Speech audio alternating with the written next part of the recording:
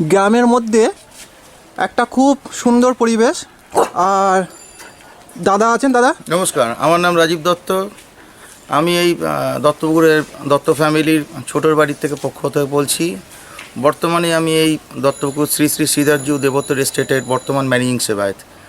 কারণ প্রত্যেক বছর আমাদের এই যে শ্রী শ্রী শ্রীধরজু দেবোত্তর এস্টেট কমিটি আছে, এর একটা মাহাত্ম্য হচ্ছে কি, আমাদের এখানে গণতান্ত্রিক উপায়ে প্রত্যেক বছর আমাদের ভারতবর্ষে বা রাজ্যে যেমন বাংলায় যেমন ভোট হয় গণতান্ত্রিক উপায়, আমাদের এরকম কমিটিতে ভোট হয়।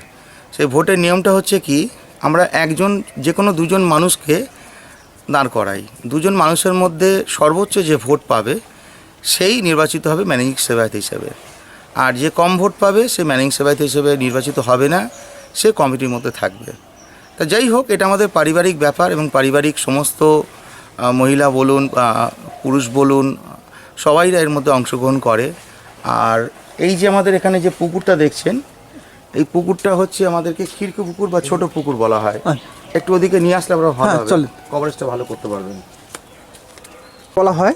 এখানে কিন্তু অনেক দেবদেবীর এখানে মার্বেল টালি বসানো রয়েছে, আর খুব সুন্দর এটা বেশ। আর এখানে তুলসী মঞ্চ আছে দাদাদের বাড়ি, আর এটা বাড়ি প্লাস বাগান বাড়ি বলা যেতে পারে। খুবই সুন্দর এখানে। দাদা গাছে তো প্রচুর আম হয় নাকি? গাছে প্রচুর আম হয়, আরও অনেকখানে গাছ ছিল। এই যে পুকুরটা দেখছেন, আমি পার্টিকুলার যে বিষয়টা বলতে এসেছি, ওখানে আমাদের এই পুকুরটায় আপনার ওই প্রত্যেক 5 বছর অন্তর লিজ দেওয়া হয়। এবার প্রত্যেক বাৎসরিক একটা অনুদান বা টাকা ধার্য করা হয়। সেই টাকা যার নামে থাকবে তার কাছে যে পুকুর চাষ করবে সে দেবে। সেই টাকা আমাদের এই দুর্গাপুজোটা হয়। শুধু দুর্গাপুজো নয়, সরস্বতী পুজো, দুর্গা পুজো, কালী পুজো, সরস্বতী পুজো, দেবদোল এবং নীল পুজো প্লাস শিবরাত্রি, এতগুলো পুজো এখানে হয়। পুকুরটাকে বলা হয় বড় পুকুর। ওরও ঠিক সেরকম নিয়মে 5 বছর অন্তর লিজ দেওয়া হয়। সেই পুজোর টাকা দিয়ে আমাদের এই পুজোগুলো চলে। তাছাড়াও নিমদিক বাজার যেটা রয়েছে, সেই নিমদিক বাজারে আমাদের সবজি বাজার আছে। সেই সবজি বাজার প্লাস কিছু পার্মানেন্ট টেনেন্ট যারা ভাড়া দেয় দোকান আছে, প্লাস মাছ মাংসেরও কিছু দোকান আছে সবজি বাজারের মধ্যে থেকে। এদের থেকে আমাদের আগে যেমন একটা দৈনিক একটা ইনকাম ছিল, টাকা তোলা হতো, প্রণামী বাবুর টাকা নেওয়া হতো।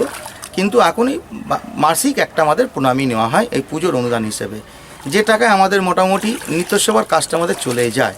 কেন হলো দত্তপুকুর নামকরণ? এই কারণে হলো কারণ বড় পুকুর এবং খিড়কি পুকুর দুটো কিন্তু এইভাবেই হয়েছে। মাটি কেটে এরা পুকুর খনন করেছিল, যার জন্য দত্তদের নাম অনুসারে তাদের যে টাইটেল রয়েছে, তাদের যে পদবি রয়েছে, সেই দত্তরা যেহেতু পুকুর খনন করেছিল, দুটো পুকুর খনন, সেই থেকে তাদের নাম হয়ে যায় দত্ত পদবি থেকে এই পুকুর খননের জন্য দত্ত পুকুর। এই বাড়িটা হচ্ছে আমাদেরই মেজ দত্তদের মেজর বাড়ির বংশধর।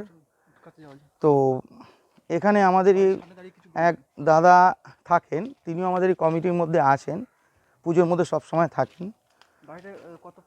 বহু পুরনো। অন্তত বাড়ির ভিত বা ইট যদি দেখতে চান আপনি, দেখলে বুঝতে পারবেন এই যে সব ভিটের সব পুরনো।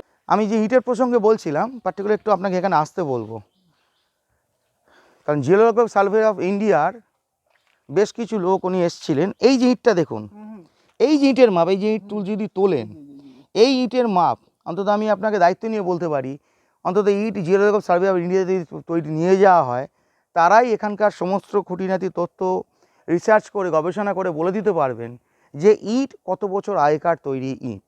অন্তত দায়িত্ব নিয়ে বলতে পারি এই ইটগুলো অন্তত কোনো ইট ভাটায় তৈরি ইট নয়। কারণ তখনকার দিনে কি হতো, বিভিন্ন জায়গায় মাটি কেটে খনন করা হতো, খনন করে সেই জায়গায় গর্ত হয়ে যেত, আস্তে আস্তে আরও মাটি কেটে ইট তৈরি হতো, আস্তে আস্তে সেইভাবে পাকা বাড়ি হয়েছে কাঁচা বাড়ি থেকে। কারণ বাইরে এই কারণে দেখাচ্ছি, এই বাড়ির সঙ্গে একটা ঐতিহ্য লুকিয়ে রয়েছে। যদিও বর্তমানে এই বাড়িটা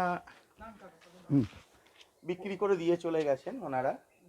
এই বাড়িতেই আজ থেকে বহু বছর আগে, বহু বছর, তাও নয় করে 250 বছরের ওপর। না কি মেজাজু বনমালী দত্ত? না, বিদ্যাসাগর তো অনেক আগে, 300 বছরের ওপর। এই বাড়িতেই, এই ভূমিতেই, এই ভিটেতেই, কারণ ভিটেটা এই কারণে দেখাচ্ছি, ভিটেটা তো পাল্টাবে না, বাড়ির হয়তো পাল্টাতে পারে কিন্তু ভিটে পাল্টাবে না। উনি যে এসে চণ্ডীমণ্ডপে এসেছিলেন এবং এই বাড়িতেই সেই পিঁড়ি রাখা ছিল, যে পিঁড়িতে বিদ্যাসাগর বসেছিল। এবং সেই পুরনো যে খেয়েও পিঁড়ি, বড় লম্বা চৌকির মতো খেয়েও পিঁড়ি পুরো খেয়ে গেছিল, সেই পুরী আমার এখন বর্তমানে 47 বছর বয়স, যখন আমার 9-10 বছর বয়স অন্তত জ্ঞান হয়েছে, সেই পিড়ি আমি তো সচক্ষে দেখেছি। চলো, এটা আস্তে কথিত আস্তে এসছে, আমি নিজে চলো। চোখে দেখেছি। চলো আস্তে আস্তে শোনো। ভিটেতে বিদ্যাসাগরের বসা পিড়ি রাখা ছিল।